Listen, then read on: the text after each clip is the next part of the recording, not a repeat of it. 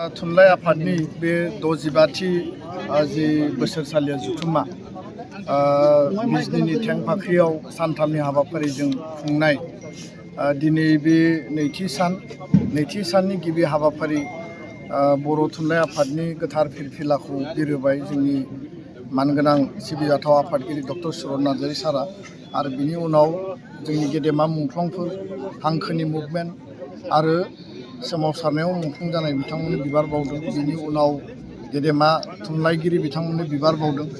दा बे जुथुम्माया थारैनो मोनसे जारिमिनारि जुथुम्मा आरो 65थि बोसोर बर' थुनलाइ आफादा आफाद हिसाबै 1952 16 नभेम्बरनि उनाव 16 नभेम्बरनि उनाव बे 65 बोसोर आगान सुरनाया मोनसे गोलाव मोनसे आगान आरो बे ग्ल'रियास जि मोनसे जार्नि दिनै जोङो नुयो जे बेयाव गोबां जोंनि गेदेमा बिथांमोना गावनि जिउखौ आत्म बलिदान होबाय गावनि भाषानि थाखाय गावनि थुनलाइनि थाखाय मिडियामनि थाखाय आरो बे बिथिङाव बिनेश्वर ब्रह्म बिहुराम बर' गेदेमा बिथांमोननि मुंखौ आं जेब्लाबो लागोन।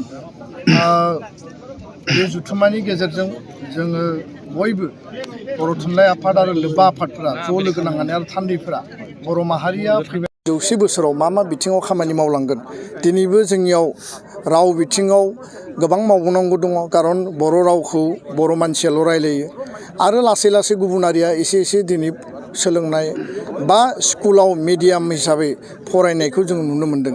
किन्तु बे रावखौ जोङो जुदि इक'नमिक लेंगुवेज हिसाबै बिजनेस लेंगुवेज हिसाबै डिजिटेल बा कम्पिउटाराइज लेंगुवेज हिसाबै दिनै आर्टिफिशियेल इन्टेलिजेन्सनि जुग डिजिटेलनि दिनै जुगाव दिनै कम्पिउटार मबाइल इन्टारनेटनि जुगाव जुदि जों बेखौ कनभार्ट खालामनो हायाबा बेखौ बिश्वमाननि जों जुदि लांनो हायाबा जेरैबायदि असमिया रावा दिनै जौगादों बांला रावा जौगादों तामिला जौगादों गुबुन जौगानाय राव बायदि जोङो जुदि बर' रावखौ लांनांगौब्ला जोंहा गोबां खामानि मावनांगौ दङ।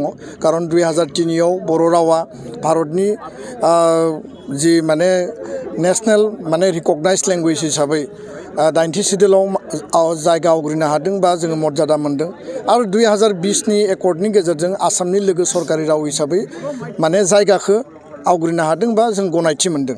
किन्तु बेखिनियानो जोंनि थाखाय साफिसियेन्ट नङा। जों जि अधिकारखौ मोनबाय जि मोन्थायखौ मोनबाय बे मोन्थायखौ लानानै जोङो बेखौ बाहायनांगोन फोसावनांगोन आरो बयनिबो एक्सेप्टेबोल मोनसे राव हिसाबै जों बेखौ गनायनानै लानांगोन।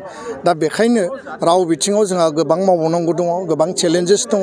बर' मिडियामनि बिथिङाव स्कुल प्रभिन्सियेलाइजेसननि जि प्रसेस आसाम सरकार बिटिआर सरकार जि ज' खालामनो माने आवगायगासिनो दङ बे बिथिङाव जोङो माने मोनसे खोथाखौ आं स्पष्ट बुंगोन आरो दाख्लैबावै एकर्ड इमप्लिमेन्टेसननि सावरायनायावबो बे खोथाखौ स्पष्ट बुंदों जे आसाम सरकारनि सोलोंथाइ मन्त्रि रनज पेगुनि चेयारमेनशिपआव आसाम सरकार बिटिसि सरकार आरो लोगोसेनो बर' कसारि काउन्सिल सरकार जथायै एबसु बर' थुनलाइ आफाद UBPO बे जेंनाखौ सुस्रांनो थाखाय गोख्रै सावरायनांगौ।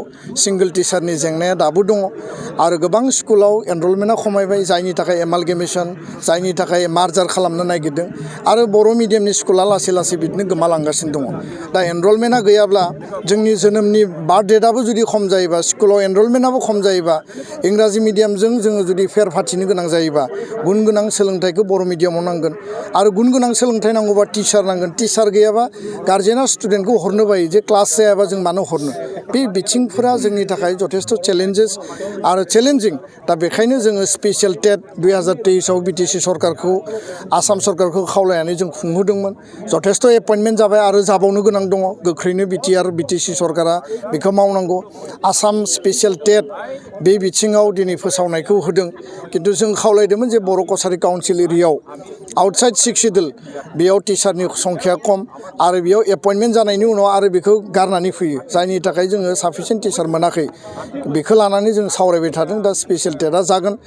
दा गोबां माखासे इसुसफोर दङ बे बिथिंखौ आं बुंबाय। थुनलाइ सोरजिनायनि बेलायाव थुनलाइखौ जोङो मुलुग नां पर्यायनि थुनलाइ जों माबायदि सृष्टि खालामनो हायो साहित्य एकाडेमि बान्था होयो थुनलाइ आफादाबो बान्था होयो आरो जोंनि लिरनायनि जे मानदान्दा जोंनि थुनलाइगिरिफ्रा यां राइटार सिनियर राइटार भेटेरान राइटारफ्रा जथेस्थ' खस्थ' खालामदों परिश्रम खालामदों किन्तु जोङो आरोबाव जोङो बेबायदि स्टेन्डार्डनि थुनलाइ सोरजिनांगोन जाय इंराजि थुनलाइ वेस्टार्न थुनलाइ बा गुबुन गुबुन थुनलाइफोरा जिखौ दिनै बुकार नभेल मोननो हादों नभेल माने लिटारेचार प्राइज मोननो हादों गुबुन गुबुन लेभेलाव जोङो गावखौनो जोङो जुदि लांनांगौब्ला दुलाराय बर' माहारिनि साननाय हनाय जोंनि माने मावनाय दांनायाबो बे लेभेलनि लासैनो जोङो लांनायनि थाखाय दिनै सम सफैबाय आरो बे मुलुगा जाबाय सृष्टिनि मुलुग आरो बे मुलुगा जाबाय गियाननि मुलुग बे मुलुगा जाबाय गावखौ डेम'क्रेटिकेलि आरो नैबे